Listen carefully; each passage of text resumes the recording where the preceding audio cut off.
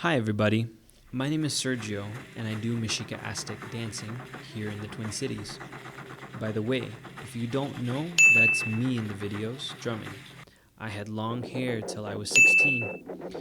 I've always wanted to know, how did this community get here? Why it's important to me is for the past 20 years, I have been in the community since I was 5. I've always heard many conflicting stories on how it started here in the Twin Cities. I feel it is important for me to satisfy my curiosity. However, I also feel it is important for my community to learn about this and hope to garner interest from the next generation as well as the present, and to bring my community together in a time when it is quite needed. With that introduction out of the way, let's do our research. Short disclaimer though, there may be conflicting stories.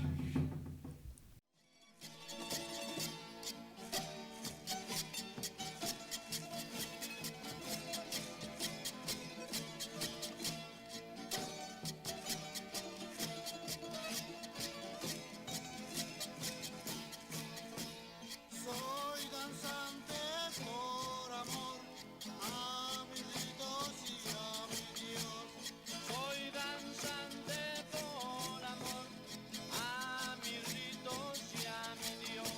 Es mi danza. Question is, from your knowledge, how did Danza come to the Twin Cities?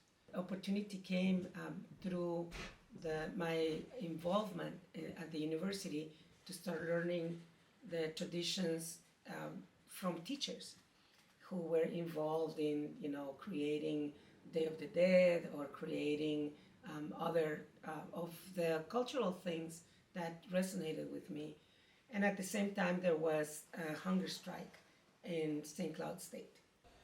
So, from what I can remember, there was a hunger strike in St. Cloud, and I believe it was between 1994 to 96, and there was a hunger strike. We were called to support. We were called to come together with Mecha, so the Mechistas invited us. And it was quite a long hunger strike. It was a long battle. And so as danzantes, we would take turns in support. Some even stayed up there. Some participated in the hunger strike. And others supported with danza, with food, with support, and just helping to bring, what was needed.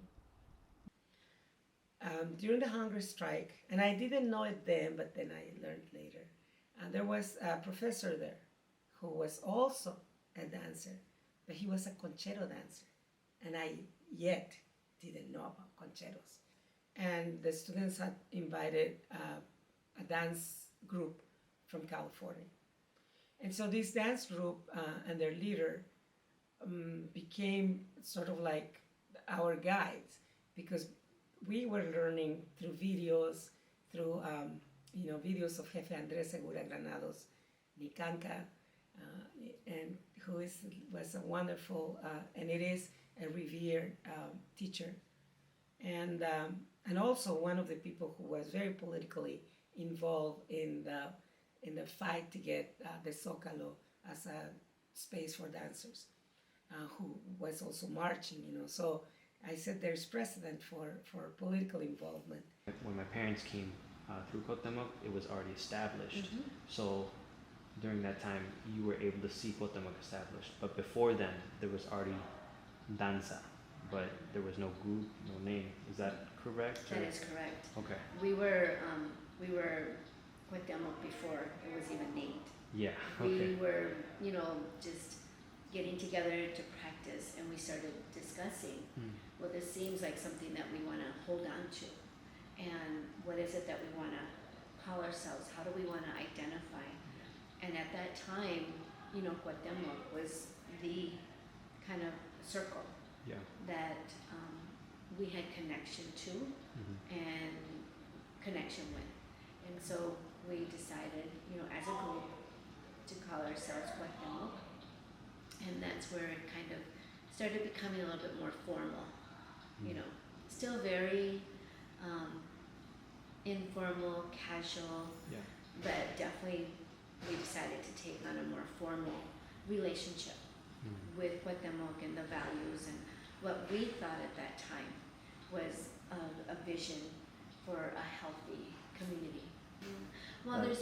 there's been a lot of changes since that first group, right? So Cuauhtemoc was the original. I would the say a original catalyst, group. maybe. Definitely a Yeah. catalyst. Definitely the foundation of the dancer groups that we have today. And so from that, some of us pulled away, started our own, kind of informal, in support, but also in healing from some of the things that, that happened. I believe there's like 6, 7 different dancer groups.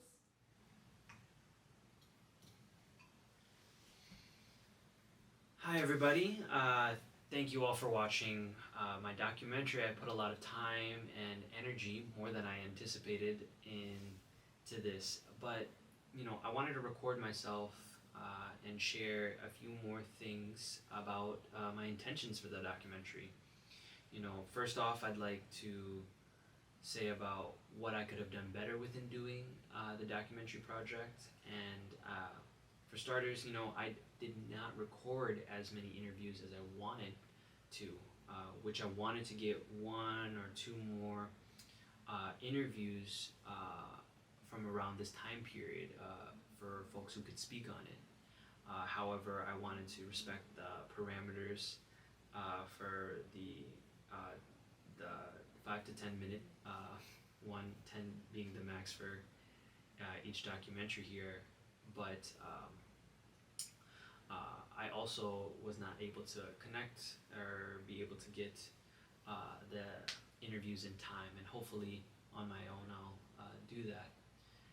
Second, I wanted to add a few more newspapers to verify what each of the interviewees said, and to make sure to have that, which had to kind of search and look for more information.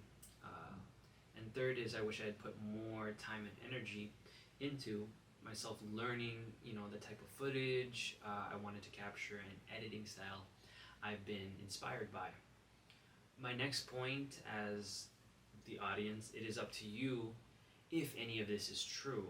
Granted, from my experience, growing up in the community, I had heard other stories of another group starting around this time, but at the moment, I have not been able to verify those stories as of yet. As it stands, this is how I see the evolution over time, all the groups now who branched off from one another. So I'll put it up right now, and you can see how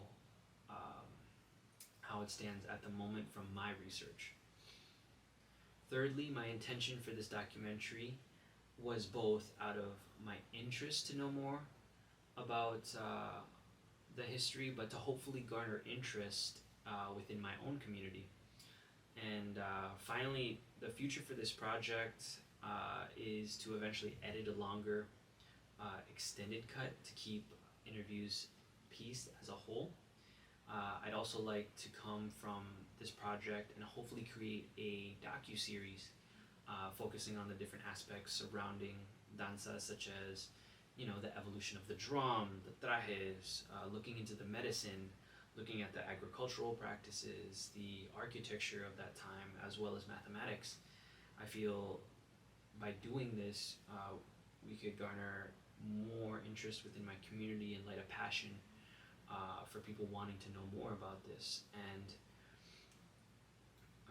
with that being said, I want to thank SBNN for helping me, accept me to the program and get this documentary rolling in this type of project I've wanted to do for so long, but have been so nervous, so nervous and scared to even do. But I'd like to thank Bonnie, I'd like to thank Tang, I'd like to thank Estelle, I'd like to thank Kareen, I'd like to thank Tom for accepting me in this program, and I'd also like to thank my partner Reina.